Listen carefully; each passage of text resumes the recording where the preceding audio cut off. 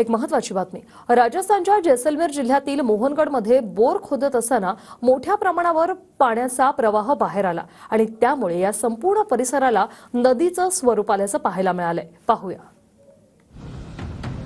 राजस्थानच्या रखरखत्या वाळवंटात पाण्याचा हा इतका शक्तिशाली जलप्रपात आला कुठून या संदर्भात अनेक तज्ञ कोड्यात पडले। याबाबत अनेक दावे सुद्धा होतात। काहींच्या मते हजारो वर्षांपूर्वी पृथ्वीवरून लुप्त झालेली सरस्वती नदी पुन्हा बाहेर आली आहे, तर काहींच्या मते भूगर्भीय हालचालींच्या दबावातनं वाळवंटाच्या भागातनं पाणी वर येत आहे। मात्र तब्बल 2 दिवस सुरू असलेल्या या पाण्याच्या प्रवाहानं भूगर्भ हालचालींचे अभ्यासक सुद्धा बुचकळ्यात पडलेत। राजस्थान मधल्या जैसलमेर मध्ये मोहनगड भागात ही घटना घडली आहे। वाळवंटा नजीकचा हा भाग असला तरी इथे काही भागात जमिनीखाली पाण्याचे स्रोत आहेत। त्यामुळे विक्रमसिंग भाटी यांनी आपल्या घराशेजारी बोर करण्याचं ठरवलं। साधारण 850 फुटापर्यंत बोर झाला।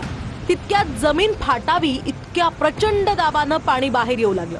पाण्याचा प्रवाह हा इतका मोठा होता की 50 फुटी बोरचं मशीन सुद्धा खड्ड्यात गाडलं गेलं।